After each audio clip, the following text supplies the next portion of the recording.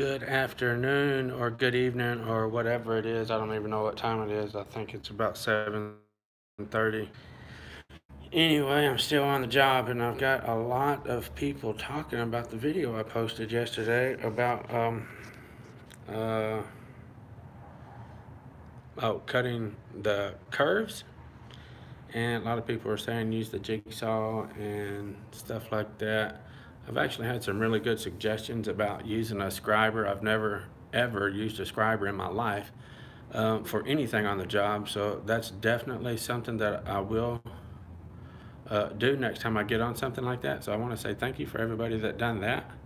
And as far as a jigsaw, the only time I ever use a jigsaw, what's up, baby?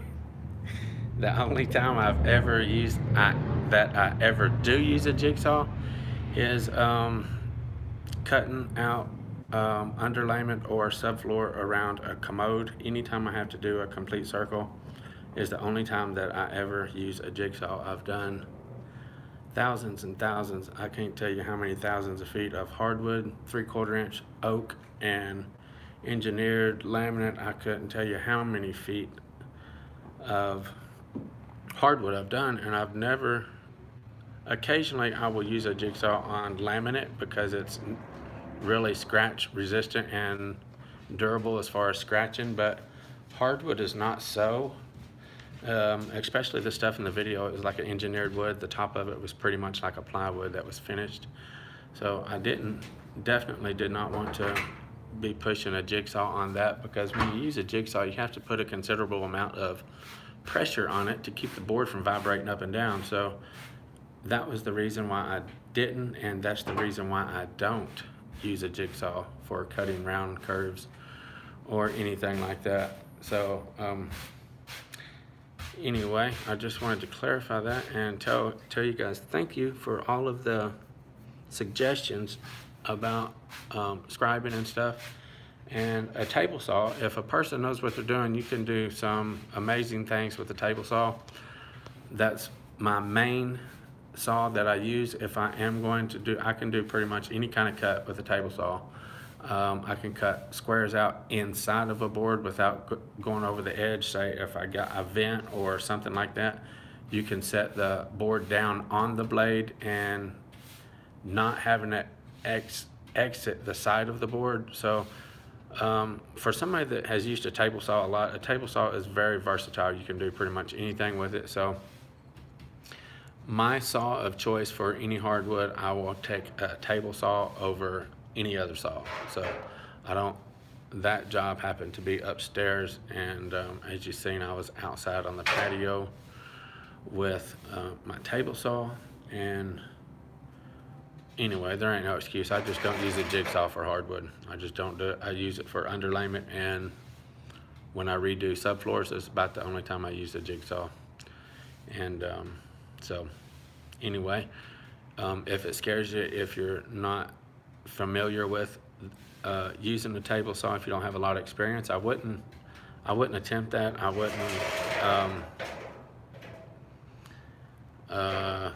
wouldn't suggest that for somebody that is new to using stuff. Hey, I've been watching your videos on carpet tutorial, really learn a lot, and thank you so much. You're welcome. Thank you for your comment there, and thank you for watching. I appreciate that. But yeah, anyway, I wouldn't suggest that to anybody. There you go, Sean. Thank you. I use how much do you use charge your carpet? Can you say that again? I'm sorry, about charging. This only stays on my screen for just a second, and I didn't get a chance to read it all. But yeah, any saw, I'd rather have a table saw over any other saw when I'm doing hardwood or laminate, to be honest with you. So I will use a chop saw or miter saw, whichever people call it, whenever it comes to my straight off cuts, naturally, because it's just faster. I got a sliding, which I'll never buy another Ryobi again, but that's happened to be what I got. And it don't cut very true, so I won't never buy another Ryobi. But anyway, I got a slider miter, one of the sliding miter saws that I can cut pretty wide planks, you know, 7 or 8 inch wide laminate planks.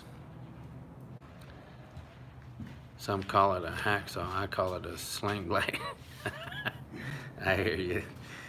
I forgot what I was going to say. Can you use a power stretcher and a big area at 50 by 60? Absolutely, you sure can. Yeah, jigsaw is really helpful. Table saw could get very dangerous, but thanks for posting these videos. You're welcome. Thank you. I appreciate that. Yes, how much do you charge per yard of carpet labor up there? We get starting price for average rental property. The bottom price is $3.25 a yard, and it goes up from there if there's furniture, if there's tack strip, if it's softback, if it's Berber, or wow. Thank you from Iraq. Thank you for watching all the way from over there. Yeah, all those little things like that, like I said, Berber or softback or pattern or anything, the price goes up. So we get anywhere from $3.25 to $6 a yard. So it ranges in there. Bottom of the line is $3.25. So, and I'm in Tucson, Arizona, which is pretty close to the Mexico border. So the labor prices are not too outrageous. It does pay really good. I like the way they pay here on vinyl. When I install sheet vinyl, I get $10 a yard, which in Tennessee, when I was there, I was only getting $4.50. So that was a dramatic change for that. I'm really pleased about the vinyl price, and LVP prices are really good over here too, I think, compared to back east in Tennessee. The LVP prices are anywhere from $2 and up, and in Tennessee, where we're from, it goes for $1.25. And laminate also goes for $1.25 in Tennessee, so that is a lot nicer priced here. From Sacramento, it's $5.50 to $6 for pattern. Wow, good job. I got a buddy over in Sacramento, so that's nice to know. I have a curved wall. How to make a cut clean because I can't tuck the in carpet. Say that again. Can you say that again, please? I'm sorry. You have to forgive me. Like I said, I've noted in several of my videos I only have a 6th grade education, so I'm a little bit slow at reading, and if there's 2 or 3 of those pop up at once, I don't have a chance to read them all, so y'all forgive me for that. Something about tucking the carpet in, a curved wall or something like that.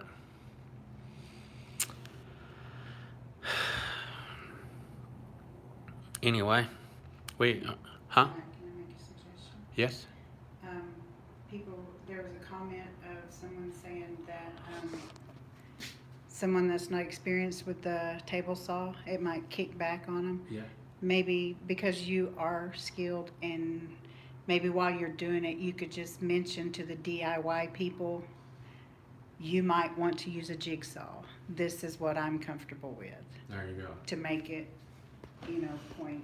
There you go. Very well said. Thank you, sweetie. Yeah, I don't persuade anybody to do things my way. I've stated this in other videos as well.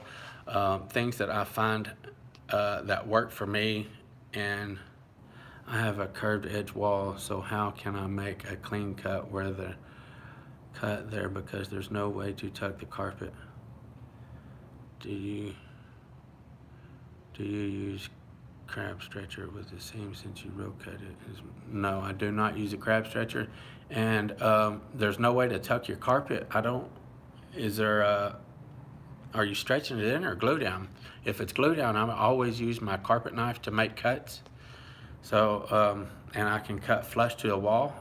If you guys would like, I can do a video on that. I think I might already have one on how to cut in commercial carpet. Maybe I don't know, but I can definitely do that if that would help you guys.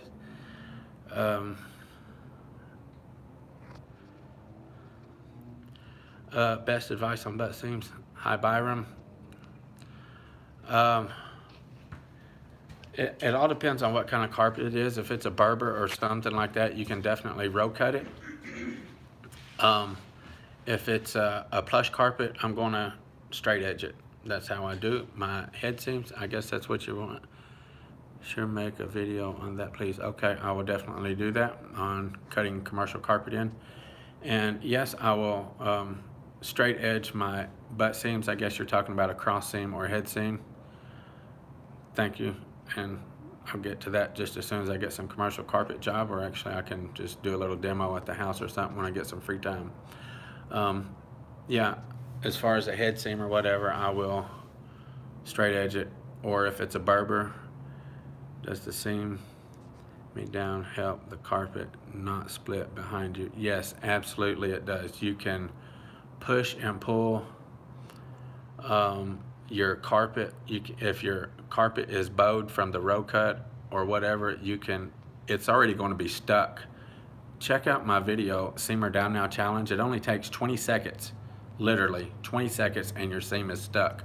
So by the time you let your iron set for a minute and push it forward for the next bit of putting the seam together, even if you have to push it apart or pull it in, the section that you just got done is already completely cured. So you have no problem at all with pushing it apart or bunching it up together. If you have to pull your seam in, if you have to push it apart, it's not going to separate. Your Seamer Down Now is the best carpet tool, in my opinion, that has came out in years.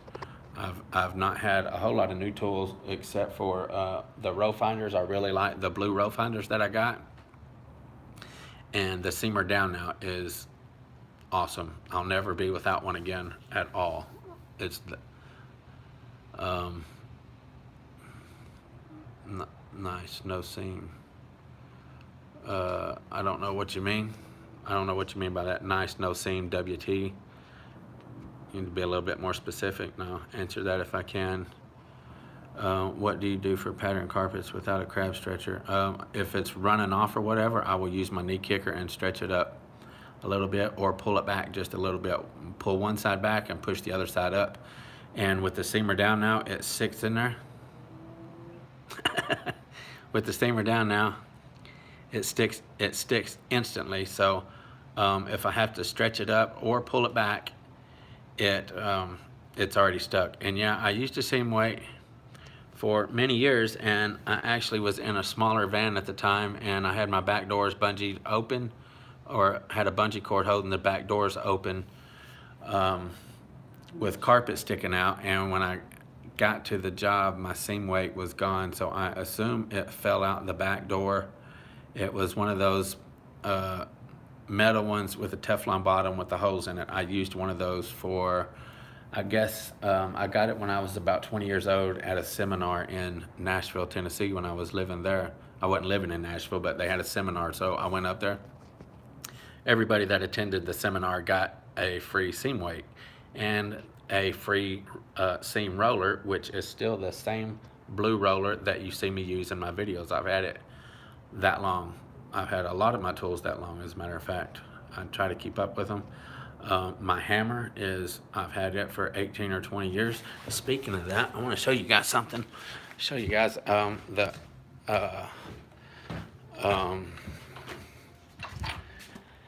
why it's good to keep a hold of your tools for a long time. This hammer I've had ever since, for 18 or 19 years. I can't remember, maybe even longer than that.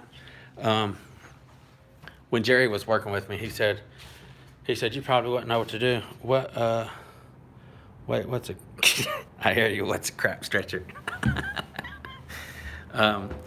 He said, you probably wouldn't know what to do if you lost your hammer. I said, I would definitely drive back to the job to get that. He said, yeah, that thing's probably molded to your hand. Well, that got me to thinking, and I took a look at it. I want you to look, if you can see the curves. Honey, will you hold this for just a second? Okay, so I want you to look. Can you see the curves? Yeah, it's called a crab stretch. I know, he was being sarcastic and making it funny. If you can see the curves in that right here and right there. Yeah. Okay, watch this. That is perfect. It's actually this hammer is actually wore to the shape of my hand. You can see it better from this side right here.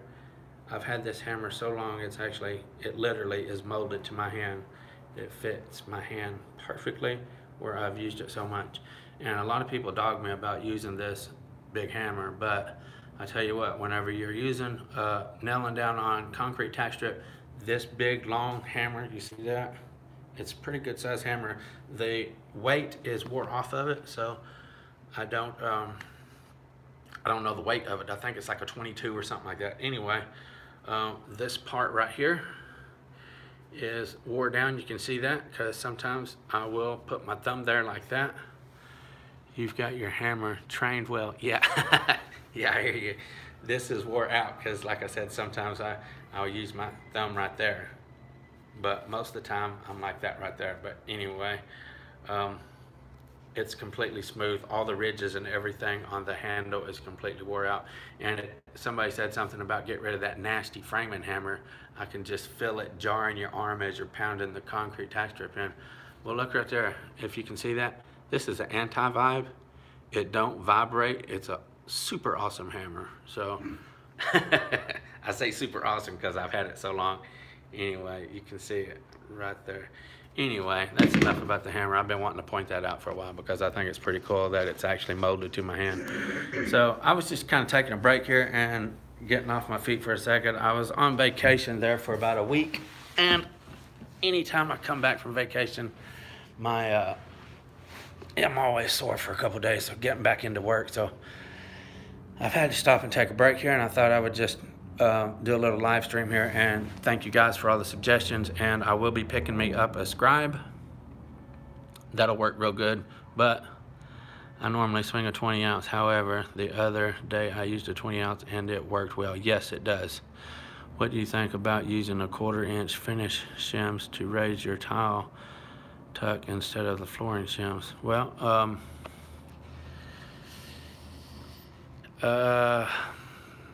to raise the tack strip up, I guess is what you're talking about. I don't guess that would hurt anything. So long as you get your shim. Thank you, Sean. Take care of yourself, and I appreciate you watching and commenting on all of my videos. You are usually the first one to comment, and I appreciate that. As long as you get your shim stuck to the floor real good, I don't see an issue with that. Speaking of shims, the ones that come 7 inches wide and are the width of doorways, I've never had an issue out of those, but one time, and I actually had to go back and replace them 2 or 3 times. Thank you, Sean. I'm definitely going to do that. Even if I do slow way down in my work, I'm still going to be putting out videos from what jobs that I do. So you can count on videos for a long time to come. I promise you that. The shims that come are, you know, they're like particle board or press board or whatever like that. They're 7 inches by 32 or 36. I can't remember. I don't use them a whole lot, but I've only had an issue out of them one time, and it was twice I had to replace them at the same job. Actually, yeah, twice. And then I actually took them out and I just floated it with mud. What the deal was, there was actually moisture coming up through the concrete, and it was so much moisture to where the press board or particle board shims got wavy like this right here, and you could literally see it. Let's see some of your work. You want to see what's going on right here on the job? I'm doing underlayment again, and I'm fixing to do some more LVP. This is the same job that I did. I'm at the church again, this Presbyterian church. It's the same job that I put this stuff in. See that? So I'm here doing about another 700 or 800 feet of this. Let's see here. Let me turn the camera around. I hear you. You call it underlayment.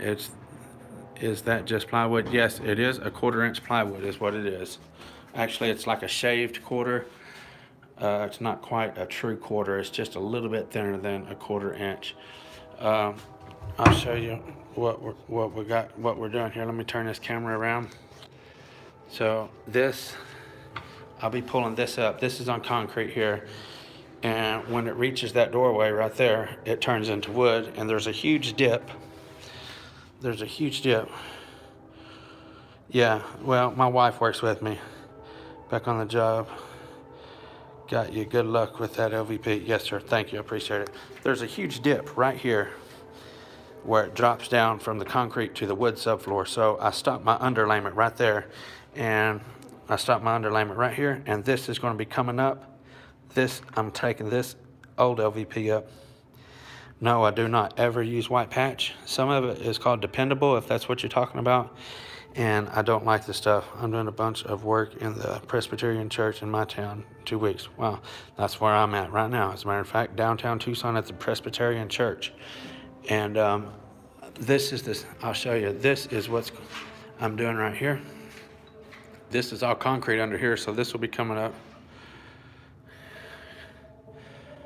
Because it's carp, I don't understand. Anyway, all this is coming up, and it's concrete under here, and then this is getting underlayment here. You can see what we done got here done. It's pretty pathetic that I've been all day long on just this little bit of underlayment. I had to tear off baseboard and stuff like that, so. Oh, I think he means crap. I hear you. Yeah, well, I spent a lot. I think I did a video and talking about the,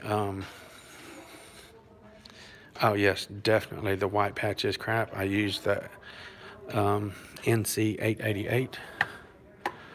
So if you guys remember this job, I'm back here again. That's where I'm at again. I've done a lot of live streams when I was here on this job. I think I did a walkthrough on this whenever I was done with the job. But anyway, if you want to see it again, anyway, I don't know where the light is. Oh, there we go. Here's the kitchen. I haven't seen white patch in years. Me either, to be honest with you. I haven't seen it probably since I've been here, and I know I haven't seen it since I've been here in Tucson. Sometimes I will see it whenever I pull up, and the stuff is always so brittle and cracky is why I don't. Used Ardex for years and years, and all of a sudden Big D's stopped using it. Here's the entryway, and another entryway down there that we did. And I will run upstairs. Anyway, Big D's Flooring Supply, where I get all my carpet supplies, my seam tape, and all that kind of stuff.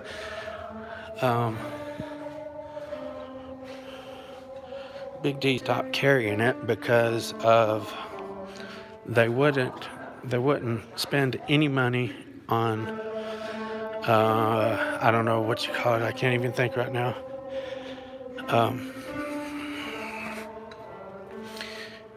Snap, I can't think what it's called. Anyway, here's some more.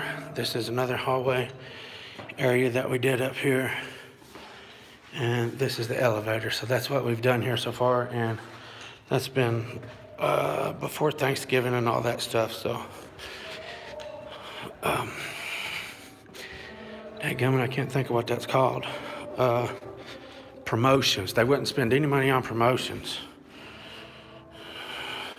Yes, the white wheel mildew, and if you're on a wood subfloor, it cracks up and turns into nothing. So Ardex was awesome about that because it actually had a little bit of give.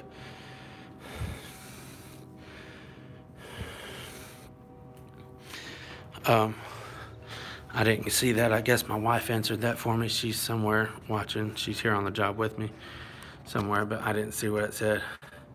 But Ardex was really good about that. I don't know if you guys ever noticed that or not, but Ardex, whenever you put it down and it's on a wood floor, it actually has a little bit of give to it. But like I said, they wouldn't spend any money on promotions. So it's been about 2 years since Big D Flooring has stopped selling Ardex simply because they wouldn't spend any money on promotions. And I don't much care for that, but you know, it is what it is. And I had to find something else. I was using the 886, NC 886. Okay, that Ultra Ply Halex, I'll try that out if the supply warehouse gets it. I'm actually pretty happy with the 888. It sticks really good to pretty much anything. I actually just started using that maybe a month ago, or maybe a little longer, I can't remember, but I was using the 886, and I actually had to float out over some ceramic tile, and that's whenever I started using the 888 because it don't require a primer or anything. All right, see you Subfloors. Thanks for tuning in.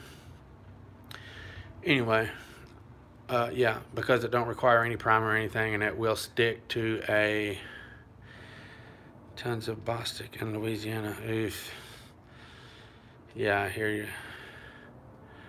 I forgot what I was talking about. Oh yeah, the 888. Yes, it is a great patch. It will stick to ceramic tile and stuff like that, and it does not take um, a primer to make it stick. And here in Utah, wow. Okay. Well, again, I was just taking a little break for a minute and getting off my feet. Actually, my feet's what hurts more than anything because I'm on a. Do you ever use D815? And no, I sure don't, buddy. What I use for tack strip is jet tack, and that stuff sets up really fast. It's only failed me one time, and it's because I did not have my floor clean enough. I will take a damp rag over the floor and get the dust off, and that's why it failed me, because I failed to do that. Oh, somebody said they stopped making D815. Okay, well, I don't know. I've never even heard of that. I never dealt with any gluing down tack strip until I moved out here to Tucson. Works great even if it gets wet. Wow, that's good to know. I will use the jet tack and the PAM gun. I've got videos on that where you guys see how I do it. And again, I don't want to come across like I know everything and my way is the only way and the right way and the best way. You guys, you know, there's a lot of people that watch this channel that's been doing this. Oh wow, well, okay. That's been doing this longer than I, so y'all don't ever think that like this is the way to do it or it's going to be wrong. I'm not like that at all whatsoever. Okay, so if you guys want to give suggestions like you did on that wood video that I just put up, I am more than happy to accept that, because I still learn stuff all the time. And I think anybody that works and is not just one of those people that go in and out and get their paycheck and leave learns something all the time. So that's it. Just never stop learning, never stop working, never stop learning. Anytime you do a job, it don't matter if you've been doing it for 30 years or whatever, you still learn stuff. So by no means is my way the right way or the only way or anything like that. Again, it's just what suits me. So just enjoying what you know. Hopes that, yes, exactly. Yeah, that's it. Just little things that I've picked up over my career. I like to share it with people. There's a lot of people out there that are new to the floor, and I've actually had a lot of people say they've been in for 5 years or 2 years and just starting out. Actually, people have started just since my channel installing, and they've commented and been like, yeah, blah blah blah, I just made $300, and that's pretty awesome. For well, thank you. I really appreciate that, Dakota. That's awesome of you to say. Anyway, it's helping people. Thank you, Shane. That's awesome of you to say that too.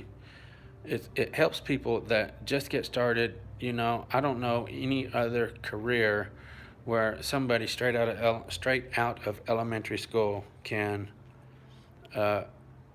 take on a trade without no college, no anything like that, no dadgummit, I can't think of what it's called, like a trade school or something like that. You know, I didn't do any of that, and nobody has to do any of that. This is a job that anybody with just a little bit of common sense can do and make and provide. Dakota tells me every day about your latest video. Thank you. I appreciate that. You guys must be buddies, so thank you. Yeah, straight out of anything, elementary school, and can provide a nice, comfortable living for your family. You don't have any. Oh, you guys install together. Awesome. That's great.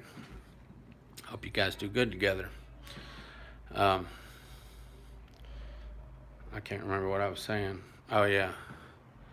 I'm training my oldest son with your videos. Dude, that is awesome. That is really awesome.